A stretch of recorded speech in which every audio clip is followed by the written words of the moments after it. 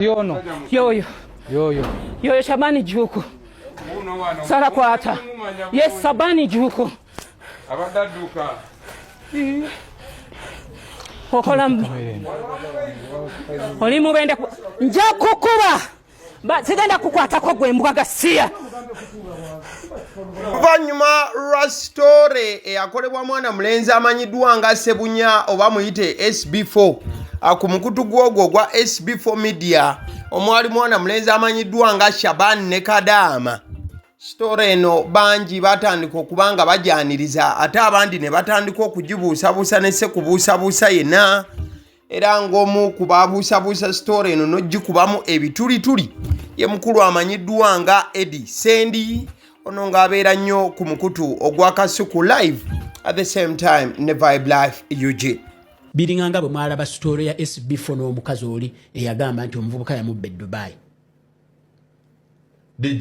DJ tebyali bituufu ebyawa mukasa uliriza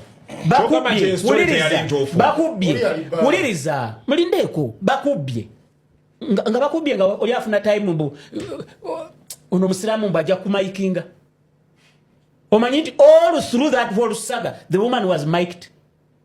Why was she being mic'd? Omanyi bategeezanga omuntu akubye sente ng'oli Kadama milioni 15. Omanyi obuzibu abaana abo bwe bayitamu. Omanyi nti abaana bava wano nga balaza bagenda kukolera milioni 3 ng'akolera milioni 1. Bamubye ng'afuna time egetinga mic'd. Wawo ogenda olwaleero n'omenya oluggi lw'enju nga tewali poliisi. Bamenya oluggi. Balumenya.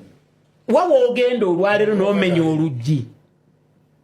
Njagala kufuna ku police report yawa wabo bagenda ne balopa. Where is that woman? Njagala omukazi oyo bamulete. Atulawo ntule wano. Toka ntoku kyetandike. One on one. Njagala nsabe civil aviation. Waliwo omwami omwogezi waayo bamuyita mwami Lujja. Gwe ntandika na yannyambe. Bampe passenger manifest. Kwe yajjira. Ng'agenda n'engadda. Because civil aviation authority emanya buli muntu yena ayita through Entebbe airport. Njagala we tubatandikira. Tinga Eddy Sendi ali ku mukutu gwa Kasuku live era nga nnyonnyola ensi nti story eyakolebwa mwana mulenzi SB4 yali tegatta era nti yalimu ebitulituli bingi olw'ebyo byonna by'owulidde annyonnyola awo. Omukulu amanyiddwa nga SB4 naye yasowoseeyo mu busungu obw'ekika ekya waggulu n'agamba nti kale laba omusajja omukulu ono bisajja bikulu ddala bitandika bityo olwanyisa abaana. Okola vidiyo eno olw'abasajja abakulu abatusooka mu mawulire abakaddiyidde mu mawulire naye nga tebamanyi mawulire. Nkiddamu mu mawulire gano eno mulimu abaagasoma, mulimu abaagayiga, mulimu abalina talenti. Naye abasajja bwe tuwa respect era ng'ensi emuwuliriza n'emuwa respect nti Sendi waba ayogedde ekintu kiba kituufu. Bano abantu bano bakutogera abaana abato. Omwana omuto n'avaayo n'akola natandika okumudisikaasya okumusuula okumumalamu amaanyi n'okumukyaya abantu. Sendi nkuwa ekitiibwa era lumu obanga teweerabidde wansisinkana no nebaza emirimu gyenkola. Wakati nga Eddy Sendi yali asisinkanyeko ku SB4 media n'amusiima ne sekusiima yenna olw'emirimu gy'akola. SB4 media yeewunyiza bwewuunya omusajja omukulu nga Eddy Sendi okubeera nga amawulire agaluddemu ne sekulwa yenna wabula nti nga amawulire tagategeera okusinziira ku mwana mulenzi SB4. SB4 media ayongera okunnyonnyola bakayita akawonvu n'akagga ku ngeri story eno gye yakolebwamu na biki byayitamu nga ye okubeera nti atoba nnyo okola stories ez'enjawulo ate nga ziri mu butuufu bwazo. Ya bulimba kakati abantu gwe mbadde sisuubira no yengenda mufiirako Sendi naye badde nkuyita mukulu Sendi naye ate kye wakoze ennamba yange ogirina ate mba mmanyi kati mwenga abantu abali professional okoze ku radios ez'enjawulo okoze ku TVs ez'enjawulo ngamanyi nti osobola okutwala obuvunaanyizibwa before nga tannaba kwogera bantu kuwaana kunafu ya SB4 ne tiimu ye kunafu ya followers ba SB4 kubalowooza nti SB4 muyaye wabadde okola okunoonyereza wabadde ku talk show eya mukulu Kasuku I respect you n'ogamba nti story gye twakola omwana yava e Dubai ya bulimba Kasuke nkubuuze Sendi nze okukola story y'obulimba oteeka bazo ssente zonna nga nfaaje YouTube yese esasula naye olowooza YouTube esobola okuwa $10 ku story emu nenteekamu ssente nengenda nempangisa kale oyo omukazi yazannya nempangisa omuvubuka yazannya nempangisa poliisi ye Maganjo nempangisa poliisi ye Bulenga nempangisa poliisi wa Kiso baggayi bamusira mu poliisi za mirundi 3 nga tujjanga nga tubagamba ne leero gaya ali mu poliisi bweti luli bagaya ali mu poliisi bweti essaawa zino twabagamba gayi ali mu prison ye Sentema mugende mu mulabe mwagaana naye oli ku chano ya munno oli ku mukutu gwa munno oguwulirizibwa abantu oli ku mukutu gwa munno ogulabibwa abantu millions and millions kuba yo show ya amaanyi tukirize fena tuli ba YouTuber naye Kasuku I respect you wakati nga SB4 media alaga nti awa respect ya amaanyi nnyo mwana mlenzi Kasuku kukuwaza banga nyini mukutu Eddy Sendi kwe yatuula n'aweebuula ono SB4 media agamba nti wakufane Eddy Sendi yagalagaana tajja kubeera awo ssebo ye atattanye mukutu gwe n'okubanga agukakkanya era mwana mulenzi agambye nti awadde Eddy Sendi nsalesale w'amangu okulaba ng'avaayo amwetondere ne sekwetonda yenna muve mu mawulire g'okutuula nti SB4 yakoze eki ne mudisikasinga ekyo ali Nkuluzi yakoze eki mudisikasinga ekyo mugendeko mu field bannange ffe singa tuli bagagga nnyo singa twazimba naye okwata ssente onaga nti omuntu bw'ati ampadde story n'otwa ku ground n'olaba kituufu eyo story gy'ogamba nti ya bulimba omwana nange namujja ku TikTok ng'akaaba gaya yasooka omupostinga Masanyo yasooka omupostinga nandeeta ne mukolako story yasooka eyokubiri tugenda munanga bikimu tukibalaga ne tugenda ku poliisi ye Maganjo ne tugulawo case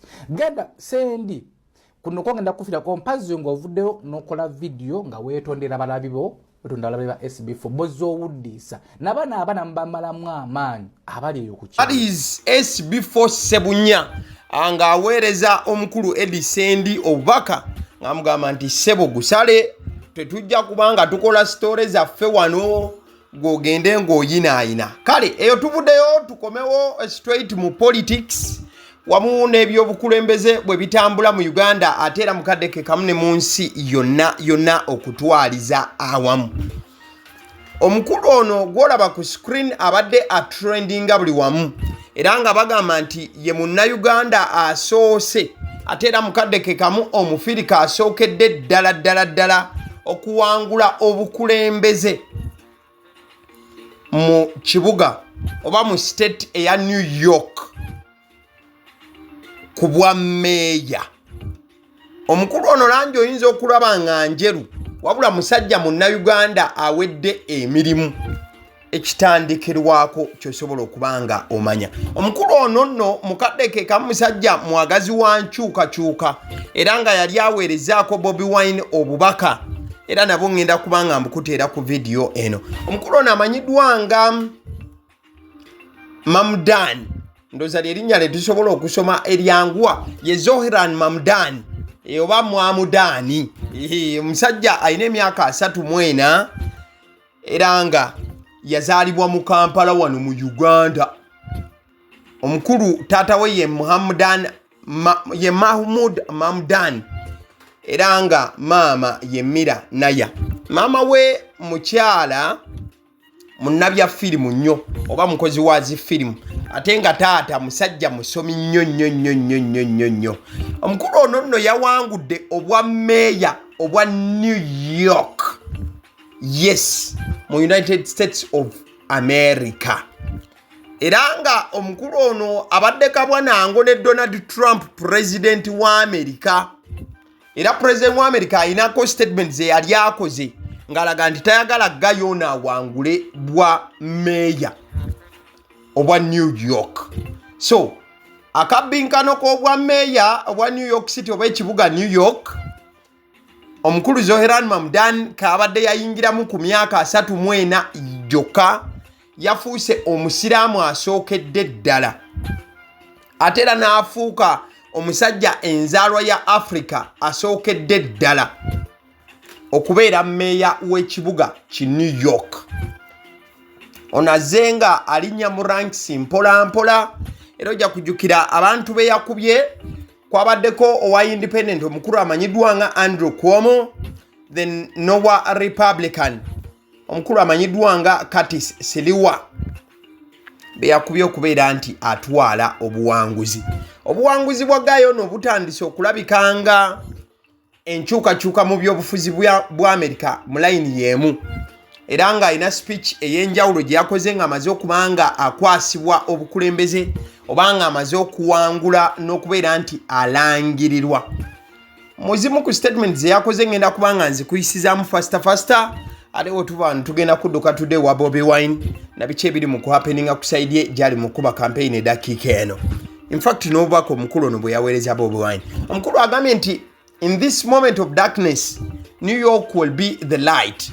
Ngagamba nti wakati nga ensi ya Amerika erimu ekizikiza, New York egenda kufuuka ekitangaala.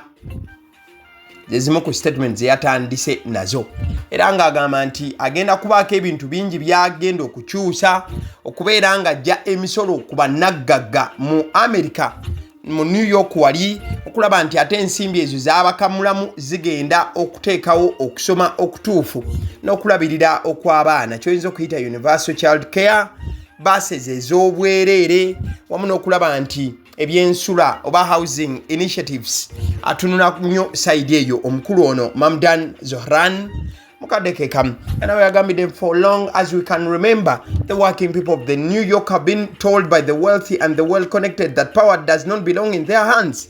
Tonight, against all odds, we have grasped it. Agambye nti ebbanga ddene erize liyita abantu abakozi ab'omu New York babadde nga bagambibwa abagaggafuge nti bo abantu ba wansi tebalina maanyi era obuyinza tebuli mu mikono gyabwe. Omukulu agambye nti mu kutoba okw'amaanyi kati obuyinza bukyuse ne budda mu mikono gy'abantu oluvannyuma lw'okuba nti Mamdani awangudde obwa meeya obwa the New York City. Omukulu ono by the way agenda okujja mu kalulu ng'alina possibility y'okuwangula ekitundu kimu ku buli 10 kyokka as in 1%. 1%. Era bw'obojjukira omukulu amanyiddwa nga Bernie Sanders yawagira ono era ze amuteekako obuwagizi bwe ne support ye. In fact Bernie Sanders mu June w'omwaka guno yawandiikako ku X nagamba nti we can create a government that represents working people and not the 1%. I look forward to working with Zohran as he builds a city that works for all of us. Kati Senator Ben Sanders yali agamba nti newankubadde omukulu ono Mamdani ali ku kitundu kimu ku buli 10 ekyokuwangula, yamugamba nti agenda kukolagana naye basobole okuba nti bateekawo gavumenti ekiikirira abantu bonna so si ekitundu kimu ku buli 10. Ekyali kiraga nti Senator Ben Sanders yali wakuyimirira n'omukulu Mamdani basobole okubeera nga afuna obuwanguzi ave ku kyokubeera nti Paul zaali ziraga nga ayimiridde ku kitundu kimu ku buli 10 kyokka, asobole okuba nga atambula awo aveewo asobole okufuna ebitundu ebiwerera ddala. Gayo ono yabadde akola address ye yabadde ya ddakiika 30 bweddu era ne yeebaza abantu abasukka emitwalo 10 mu New York City abeewaayo okukola obutaweera okulaba nti banyikiza enjiri ku ground ey'okubeera nga omukulu afuna obukulembeze obw'obwa meeya obw'ekibuga ki New York. Era ayinawo yagambidde nti because of you we will make this city one that working people can love and live in again. Omukulu ono kyategeeza nti ku lw'abantu bano bonna abayimiridde naye bagenda kufuba okulaba nti New York City eddamu okufuuka ekibuga ekyannamaddala abantu abakozi bonna basobola okwagala n'okubeera nti beeyagalira nate. mukadde kamu omukulu ono yayogedde ne ku famire ye omuli taata we okuva wali e Makerere University omukulu Mahmoud Mamdan wamu ne maama we omuzanyi oba producer oba omutesitesi wa firimu ez'enjawulo maama we amanyiddwa nga Mira Naya era mukadde kamu nayogera ne ku omukyala we amanyiddwa nga Rama weyagambidde nti you have made me into the man I am today. I am so proud to be your son. And Rama, there is no one I would rather have by my side in this moment and in every moment. Ngagamba bazadde be nti bamufudde omwami oba omusajja gwali kati era yennyumiriza nnyo okubeera mutabani waabwe. Nagamba ne mukyala we Rama nti there is no one I would rather have by my side. Teriyo muntu gwe yandyetaaze kubeera ku ludda lwe naddala mu kaseera ak'obuwanguzi bwe yabadde atuuseemu nga mukyala we. Omukulu yayogedde ne ku baju oba abantu abo the Jewish people experiencing anti-Semitism and migrants. We have held our breath for longer than we know. We are breathing in the air of a city that has been reborn. So nayogera n'ekyokubeera nti omukka babadde bagukwatiridde okumala akabanga. Zino nno ziba statement za lulimi Lungereza nnyo. So bw'otandika okuzivuunula mu Luganda omuntu ayinza okubiwulira obulala. Nagamba nti babadde bagukwatiridde okumala akabanga nga kyategeeza nti babadde tebassa kimala mu kibuga ekya New York. Ne kati kalondeddwa kyekiseera baddemu okubanga bassa ku mukka oguli fresh olw'ensonga nti ekibuga ki New York kizeemu okuzaalibwa nate. Kati nabagambye nti omukulu ono President wa America Donald Trump abadde tayagala Gayona awangule era abadde amulinako ekibeera ekyamaanyi. In fact, President Donald Trump yavaayoko emabegaawo n'agamba yali waakusala kyoyinza okuyita federal funding egenda mu New York City singa Mamdani banaaba bamulonze ngagamba nti omusimbi gonna obuvujjirizi n'ebiringa ebyo ebirina okuba nga bigenda mu New York City. Donald Trump yagamba nti yali waakubisala. Kati Gayona we yamaze okuwangula naye yakoze statement n'agiweereza Donald Trump. Yamugambye nti Donald Trump, since I know you are watching, I have 4 words for you. Turn the volume up. Nti Donald Trump nkimanyi kati ondaba bulungi ssebo. Nina ebigambo bina byokka ebyokukugamba. Tumbiiza saawundi oba yongeza eddoboozi.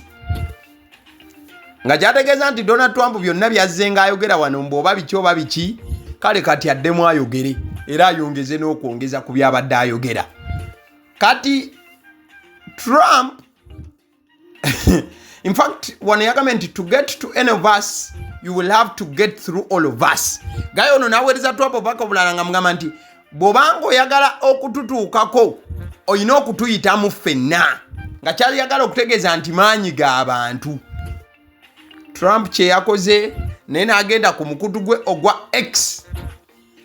Trump ya postinze ku Truth Social waliwo omukutu ogwo gwa Donald Trump gwennyini ye kabeja yennyine go ya postinze n'agamba and so it begins. So Donald Trump naye n'aweereza mugayo ono Mamdani obubaka nti ate olina kyotiisatiisa bwe baba nga abantu ba New York bakulonze era nga gw'ogenda okubeera meeya bye nayogera byonna sirina kye ŋŋenda kukyusaamu. Katulusimbule katulutandike oyagala toyagala. So Mamdani yayogedde ne kuba opponents be babadde abbinkana nabyo era nawe yagambidde nti my friends, we have toppled a political dynasty. I wish Andrew Cuomo only the best in private life, but let tonight be the final time that I utter his name. So yayogedde ku gayo oyo gwabadde abbinkana naye amanyiddwa nga Andrew Cuomo. Amugamba nti kale agenda abeere mu bulamu bwe obuli private ebyobukulembeze kati yabivuddemu abiveemu era gayo ono n'agamba nti kati amaliriza okuddamu okwogera ku Andrew Cuomo. Kale kati tujjeko wano n'abagambye nti omukulu ono yali ayogeddeko ku kyokuba nti azaalibwa Uganda wano era ng'akyenyumirizaamu era n'ayogera ne ku Bobi Wine oyo mu by'obukulembeze. Agamba, I was born in Zambia Hospital, Kampala in 1991. I have only ever known one Ugandan president, Yoweri Museveni. Today he is running for re-election yet again in his way is His Excellency Bobi Wine. Politics is never easy, but Bobi Wine's run for office has been much more than just difficult. So gayo no yali ayogera ku kyokuba nti yazaalibwa Nsambya mu 91 era nti ye president gwategedde ebbanga lyonna lyabadde mu Uganda ye mwami Museveni. Wabula n'agamba nti ekirungi kati Bobi Wine wuunazze. Like many other Ugandans, I have grown up listening to Bobi's songs. Chiwanyi, tugambire ku Jennifer, ndi mu Uganda. In these last years, I have watched as he gave up a life of success and stability to challenge a president who has become the very villain he once sought to replace. Gayo no yayogera ku kyokuba nti ebbanga lyonna zaawuliriza ennyimba za Bobi Wine. Era n'agamba Chiwanyi, tugambire ku Jennifer n'endi mu Uganda. Abadde ng'aziwuliriza nnyo. Era n'agamba nti mu myaka gyonna Bobi Wine abadde successful wabula obulamu obwo yabutadde ebbali n'ajja ayimirire ku mwami Museveni. He's been tortured, imprisoned and seen others suffer the same fate or worse. And yet he runs for a Uganda where the state does more than sanction violence on its opponents, plethora public money, and offer a future that is just the crumbs of its past. Still omukulu ono ng'ayogera ku Bobi Wine olutalo lwe yali ayolekedde olw'okubeera nti yeesimba ku President Museveni n'okubeera nti gavumenti ya President Museveni yalina engeri gye yali enyigiriza abantu n'ebiringa ebyo. So yegayo ye yawangudde obwa mmeeya mu New York, musajja munnayuganda ddala eyazaalibwa wano nakkirire South Africa ate n'ayolekera mu America. Kale tugende wa His Excellency Bobi Wine.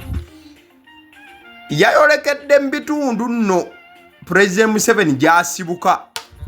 Yogera Kazo, Kiruhura n'ebitundu eby'esayidi eyo. Era olunaku olwaleero gy'alina okuba ng'akuba campaign.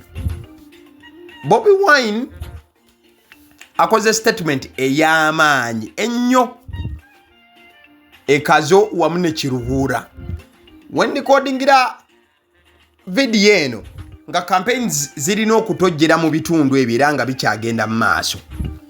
Wabula era nga jazze abeera e Busia n'ewalala.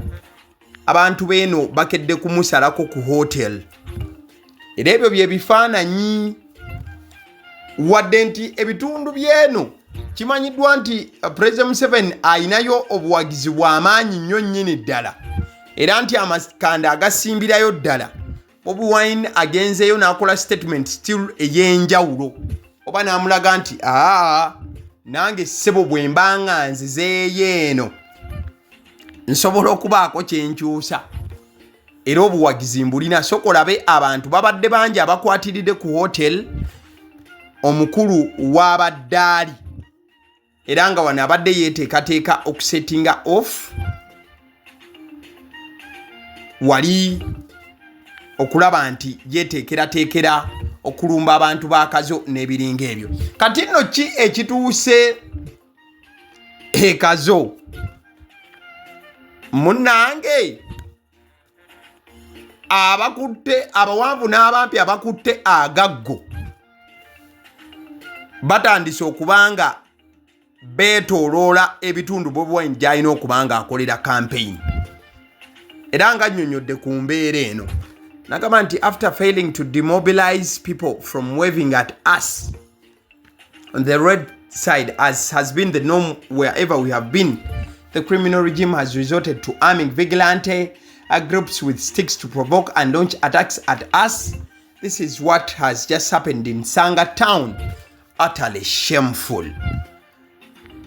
Bobi Wine nga nnyonnyola ensonga y'okubeera nti waliwo abakyala kimpadde abakutte emiggo nga bambadde n'essaati za NRM n'ebipande abatandise okukuba abantu abaagala okuyimirira okuwubira ku Bobi Wine n'ebiri mu layini eyo.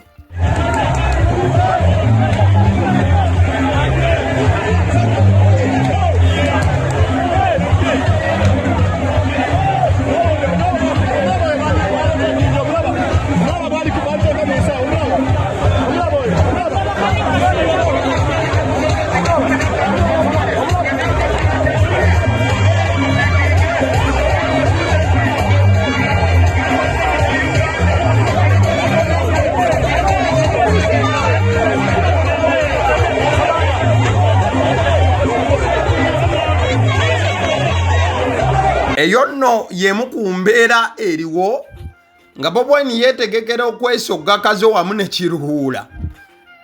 Ate abaayo abamu babakanye n'okwambala amasaati ga NRM wamu n'ebipande bya President Museveni, ng'ate abamu we bakutte emiggo we bagenda nga banyigiriza n'okutabukira abo abaagala okuyimirira okusiibula Bobi Wine n'okuba nti bamwaniriza mu bitundu by'eno wonna. So sobola okulaba akavuyo akabadde kagenda maaso, abamu bambadde obukookolo n'ebiringa ebyo. Wabula sayidi eyo waliwo abalindiridde Bobi Wine ng'embaga. Council come and listen to the new Uganda and our president Robert Kyakoze. Kindly come in big numbers, welcome him, and we listen to the manifesto. Because in Uganda we need change, and Kazo is one of the districts we are going to. We are gladly informing everyone that we are cleared with police, is aware, and everyone come. Don't be scared. Don't be afraid that you are arrested. Everyone is aware, security is aware, electoral commission is aware, and it's going to be peaceful. We promise peace, and it's a successful event. So thank you, members, and we call upon all up there. We are seeing border men being dressed in yellow, everything, but today we remind everyone that there is supposed to be one presidential candidate and one rally. That's for the president, Robert Kyakoze. We pray that you don't promote violence here. Let's be peaceful. Oh, then others will start their campaigns the next day. Our posters were put up, but by morning we found that our posters now were pulled down, and we are seeing where our posters, where they put those of yellow. Such a bad act. We call upon Ugandans, mostly in Kazo. Let's not promote violence. Let's be good people. They should give us this day. And even pulling down someone's poster is not good. You can get another space, put your poster somewhere else, not pull down ours. So such a bad act. But police and security is so cooperating. They've told us they were not in a way of that. And they've told us that in case of any challenge, we can call them for help. So in case we see any other person, security has told us to report. I believe there will be no more challenges. Thank you so much. I'm Bridget Kyakoze, the Deputy Secretary for Mobilization, Western Region.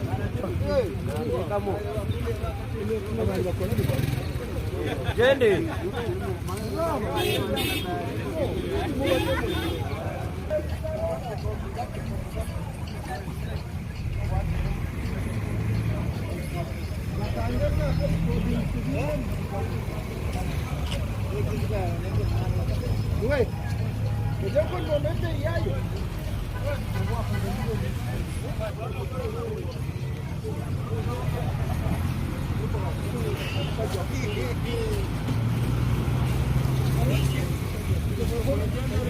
So kyekyo wakati nga abamu batandise okubagalira emiggo okwagala okuba abantu wano na wali esayidi eyo, ate abamu ku bo bagambye nti bali solid, bamulindiridde era tewabaawo kutiisibwa kwonna. Kale ndowooza nja kubanga nvako mu politics tukomewo side za entertainment.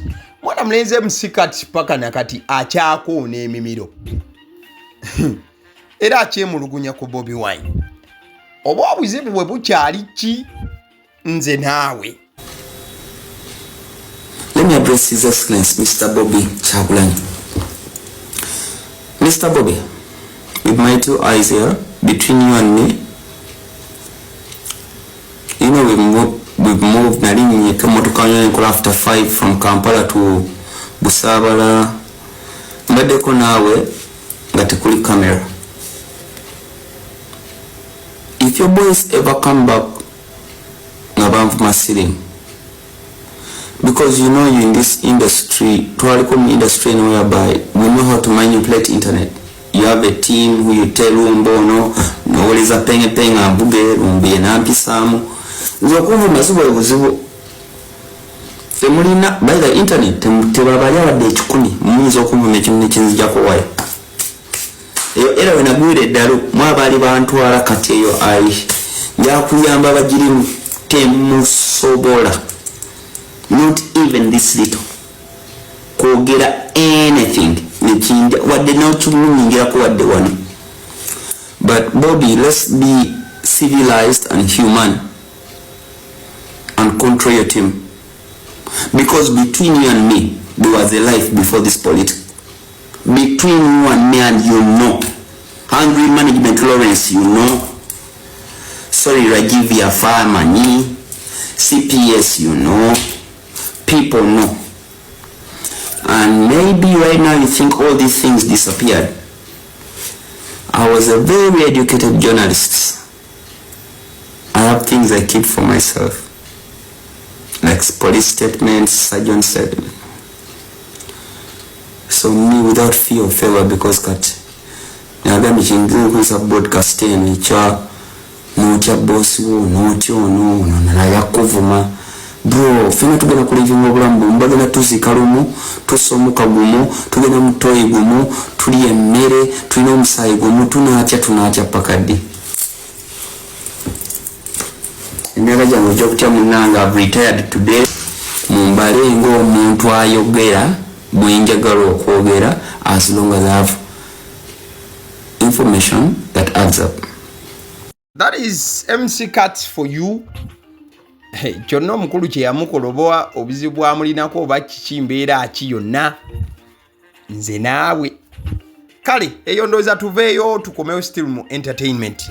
Mwana mulenzi amanyiddwa nga Alex Muhangi mumanyi bulungi nnyo okuhostinga comedy shows here and there n'ebisigadde yalondeddwa kuwa president w'abacomedians mu Uganda. Ojja kujjukira ekifo kino ndowooza Hannington Bugingo yakibaddeko. Then mwana mulenzi ono is the president of the Uganda Comedians Association. No, it's very nice. It's a very big, challenging post. I cannot be excited to earn it. Yanga Batero Gamba will learn on the job on many of these things, but I'm looking forward to the challenge. That is Alex Muhangi for you. Kali, mwana mlenzi kale rabangambye nti yafunye obwa vice there and then side yeyo. Atukomewo ne wa more nantume naye yabadde ne presser. Wa press conference but Sophie Nantongo katona akutula abantu emitima. Omanyi baba kuwanga akazindaalo yogeranga ekikuli ku mutima. Naye nze momo njagala okumwatulira n'olwaleero. Ojja kunsonyiwa gwe wanneeyitidde. Yes. Kinduddeko nno. Ya? Njagala buzungu. Momo tamanyi buzungu. Kinduddeko. Momo gwe wanneeyitidde naye kino ekintu tuli mu mwaka ki? 2025. Myaka giringa emeka. Momo njagala okukwatulira okuva n'olwaleero. Ate tekiri ku nze nzekka. Abakazi bangi bulijjo twagala okukwatulira. Yes. You are a champion.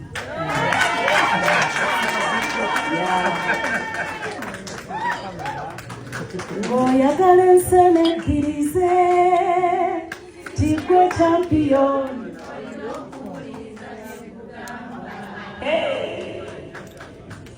Ekintu ekikulu mu nsi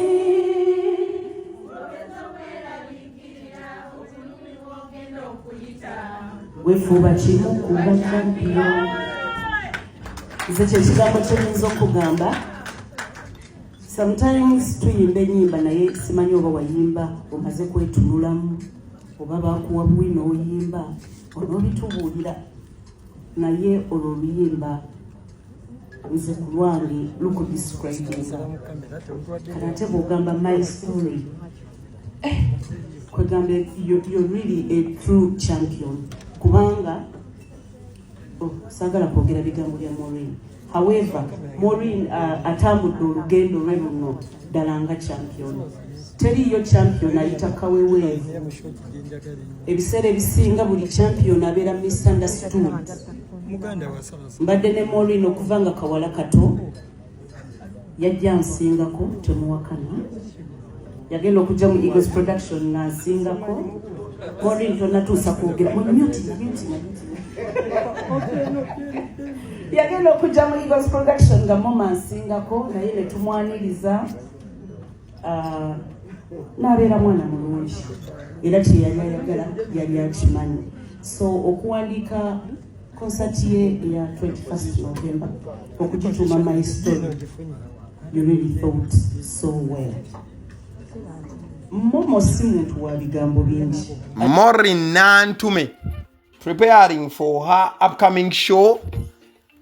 Chemanye ja kubeera mu style ye ya VIP.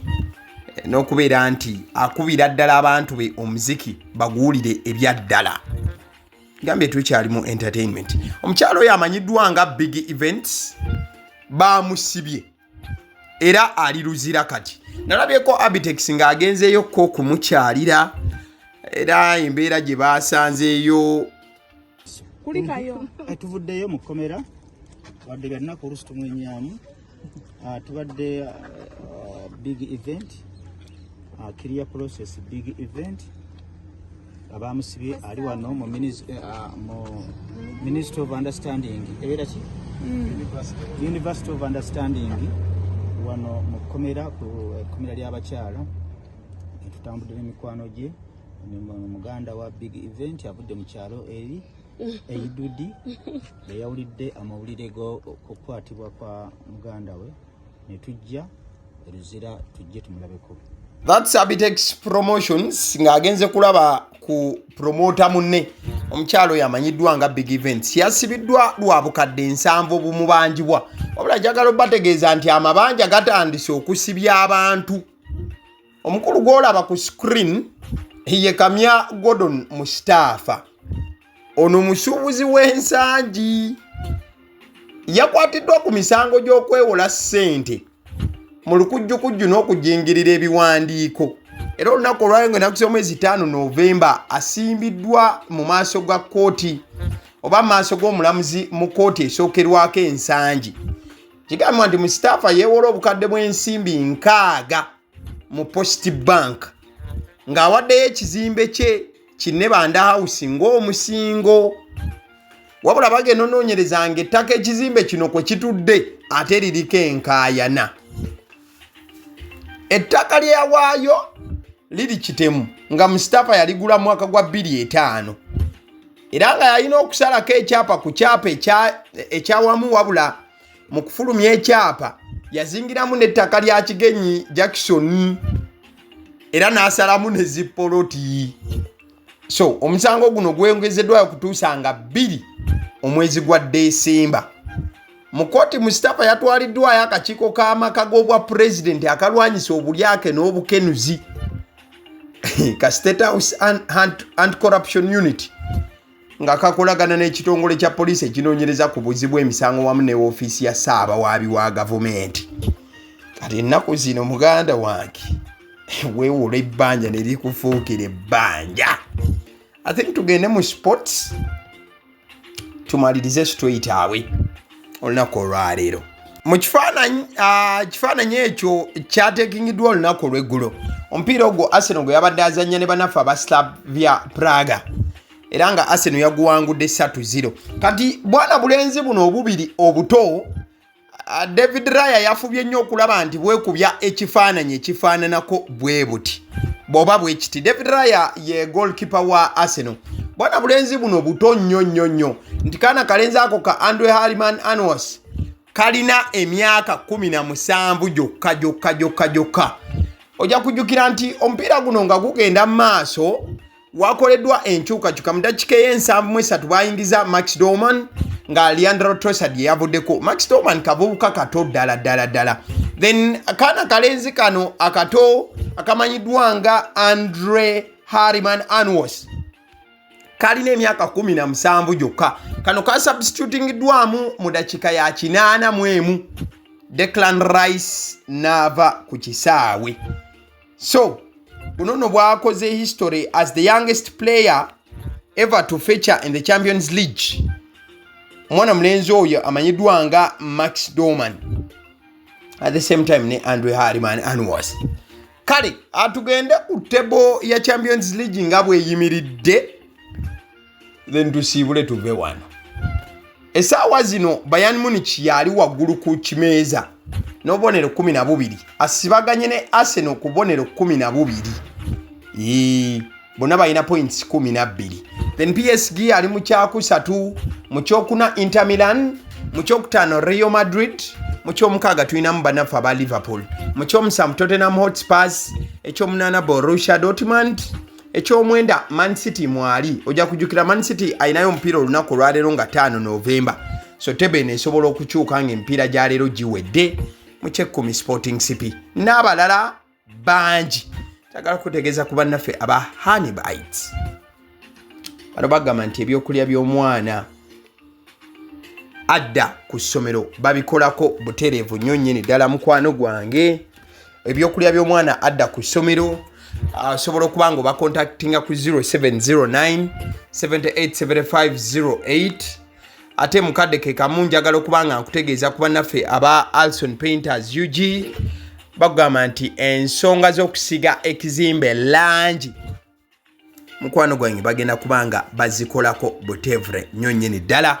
ku 0705 193636 Alson Painters UG bakubireko bw'obanga omaliza okuzimba ekizimbe nga kituuse mu kaseera ak'okubeera nti kisiigibwa langi Alson Painters UG be batuufu abokubira 0705 193636 ne ku WhatsApp kwebali mukadde ke kamujagala okutegeeza nti yabasiddi omusunsuzi erinnya eryange era nga omukutu kwoli gwe guno gwennyini ogwagaliwo information butuufu bwayo nga bwe beebaddewo bwe tugyetika ne tugikutuusaako nga tetugasseemu yadde okutoolamu ekintu kyonna kyolina okuba nga okola mukwano gwange nti akulikinga video at the same time n'okusubscribinga ku mukutu guno ogwagaliwo commentinga sharinga kiki kyolowooza ku mboozi zino beera nga okikomentinga awo webale nnyo webale ddala